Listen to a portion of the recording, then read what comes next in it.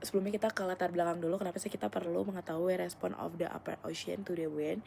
Karena lautan itu tuh kan menutupi sebagian besar bumi, dan itu tuh selalu bergerak karena adanya pengaruh dari angin. Angin tuh menggerakkan sirkulasi lapisan atas laut, tetapi arah gerak air itu tidak searah dengan angin karena adanya rotasi bumi dan gaya Coriolis ini. Nah, si teori Ekman itu menjelaskan hubungan antara gaya angin, gaya gesekan air, dan juga gaya Coriolis, menunjukkan bahwa air permukaan itu bergerak tegak lurus dengan arah angin.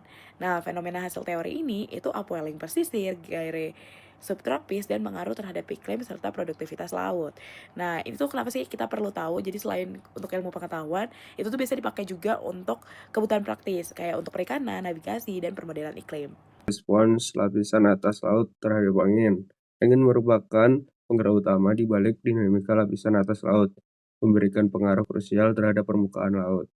Pengaruh ini diawali dengan proses transfer momentum dari atmosfer ke laut melalui gaya gesekan. Transfer energi kinetik ini menggerakkan air permukaan laut, yang menginisiasi terbentuknya arus permukaan dan seiring waktu mengubah pola sirkulasi laut secara regional maupun global. Konsep dasar lapisan Ekman. Lapisan Ekman sendiri merupakan lapisan permukaan laut yang gerakannya dipengaruhi oleh gaya angin dan gaya Coriolis. Gerakan angin mentransfer momentum ke kolom air dan menggerakkan lapisan permukaan. Lalu terjadi keseimbangan antara gaya gesekan yang mendorong air dan gaya Coriolis yang membelokkannya. Hasil keseimbangan ini membentuk spiral Ekman, di mana yang pertama, arus di permukaan bergerak kurang lebih 45 derajat dari arah angin. Yang kedua, ke kanan di belahan bumi utara dan ke kiri di belahan bumi selatan. Selanjutnya, ciri faktor dan hubungan dengan mix layer spiral Ekman, kecepatan arus menurun dan arah berputar dengan bertambahnya kedalaman. Ketebalan lapisannya kurang lebih 50-200 meter dipengaruhi oleh viskositas, kecepatan angin, dan rotasi bumi. Yang kedua, lapisan Ekman dan mix layer sering tumpang tindih. Turbulensi angin membentuk lapisan campuran yang beragam suhu dan salinitas. Konsep dan mekanisme lapisan Ekman. Lapisan Ekman, lapisan bagian atas yang pergerakannya dikontrol oleh gaya gesekan dan gaya Coriolis tadi. Lapisan ini berfungsi untuk mentransfer momentum menjadi bagian dari upper ocean circulation. Saat angin bertiup, air permukaan bergerak ke arah angin, namun dibelokkan oleh gaya Coriolis. Ke kanan di belahan bumi utara dan kiri di belahan bumi selatan. Nah, faktor ciri dan dampak lapisan Ekman sendiri, yang pertama, keseimbangan utama, gaya gesekan turbulen menciptakan gaya Coriolis dan menghasilkan pola spiral arus. Kedua, ketebalan lapisan Ekman dipengaruhi oleh viskositas, kecepatan angin, rotasi bumi, dan stratifikasi laut. Yang ketiga, hubungan dengan mix layer, itu lapisan Ekman mentransfer momentum. Mix layer menyebarkan energi ke bawah laut. Dampak pentingnya menyebabkan Ekman transport yang memicu upwelling dan downwelling, lalu berperan besar dalam sirkulasi dan distribusi nutrien laut global. Adalah gerak inersia. Jadi apa itu gerak inersia? Gerak inersia itu adalah gerakan partikel air laut yang terjadi setelah penggerakan utama. Dan biasanya itu terjadi di atas permukaan laut karena gesekan antara udara air yang menyebabkan lapisan air teratas bergerak mengikuti arah angin. Salah satu faktor besar adalah gaya Coriolis yang menyebabkan arah gerak partikel air membelok dari lintasan lurus ke kanan di belahan utara dan ke kiri di belahan selatan. Dan akibat dari pembelokan ini adalah bahwa partikel air bergerak dalam gerakan melingkar dan berosilasi di sekitar posisi keseimbangannya. Ini adalah persamaan dasar dari frekuensi Coriolis, yaitu eh, di mana F itu adalah ya speed, dan nilai frekuensi Coriolis ini menentukan periode osilasi inersia yang semakin pendek jika berada di lintang tinggi. Ini adalah beberapa fenomena di laut setelah badai atau perubahan arah angin, yaitu yang pertama adalah eh, setelah angin berhenti, massa air yang sebelumnya terdorong tetap bergerak dan berosilasi dalam pola melingkar.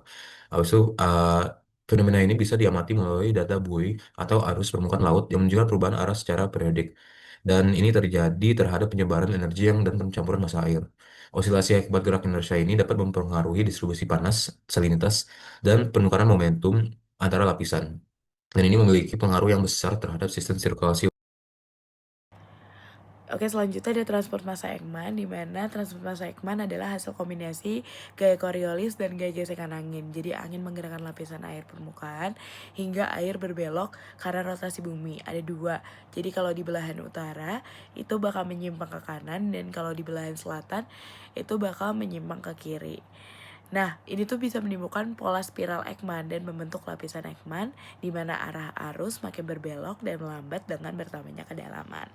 Nah, transport massa Ekman itu tuh didefinisikan melalui integrasi vertikal kecepatan dalam lapisan Ekman. Dan rumus itu sebagai berikut, dan ada penjelasannya juga. Selanjutnya, transport massa Ekman ini dibagi menjadi dua, kayak pengaruhnya itu ke upwelling sama downwelling. Bedanya apa sih? Upwelling itu menjauhi pantai, jadi air makin dingin dan gaya nutrien itu naik ke permukaan. Downwelling itu menuju pantai, air permukaan hangat itu turun ke bawah. Selanjutnya, gaya-gaya pembentuk gerakan air laut atau spiral Ekman. Terdapat 3 gaya, yaitu angin, Coriolis, dan gesekan. Angin mendorong air permukaan, Coriolis membelokkan arus, dan gesekan menahan momentum ke lapisan bawah. Keseimbangan ketiga gaya menghasilkan spiral Ekman, yaitu kecepatan arus menurun dengan kedalaman, dan arah arus berputar bertahap menjauhi arah angin. Terdapat gerak inersia yang terjadi bila gaya gesekan kecil, air berputar bebas karena Coriolis setelah angin berhenti. Yang kedua yaitu terdapat spiral Ekman yang menggambarkan penyebaran energi dari angin ke lapisan laut bawah melalui turbulensi. Dan yang terakhir adalah dampaknya terhadap laut dan iklim. Dampak utamanya yaitu divergensi, yaitu upwelling, air dingin dan kaya nutrien naik. Yang kedua, konvergensi, downwelling, air permukaan tenggelam. Peran global, yaitu yang pertama adalah mengatur sirkulasi laut, suhu permukaan, dan produktivitas ekosistem. Yang kedua, menjelaskan fenomena iklim seperti El Nino, La Nino melalui perubahan transportasi. Oke, selanjutnya kesimpulannya tuh apa sih?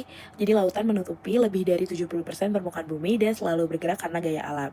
Nah, angin menjadi penggerak utama arus permukaan laut. Gerak air tuh dipengaruhi oleh 3 kombinasi, antara tegangan air, gaya Coriolis, dan gaya gesek internal. Keseimbangan antara ketiga ini itu tuh membentuk si spiral Ekman. Terus, hasil bersihnya adalah transport massa Ekman yang bergerak tegak lurus dari arah angin. Nah, dampak utamanya tuh ada 3. Yang pertama tuh upwelling, yang kedua itu downwelling, dan yang ketiga tuh gairah subtropis. Nah, perannya Ekman tuh ngapain sih? Yang pertama itu untuk menjelaskan hubungan atmosfer lautan, dan juga kedua mendasari produktivitas biologi laut dan iklim global.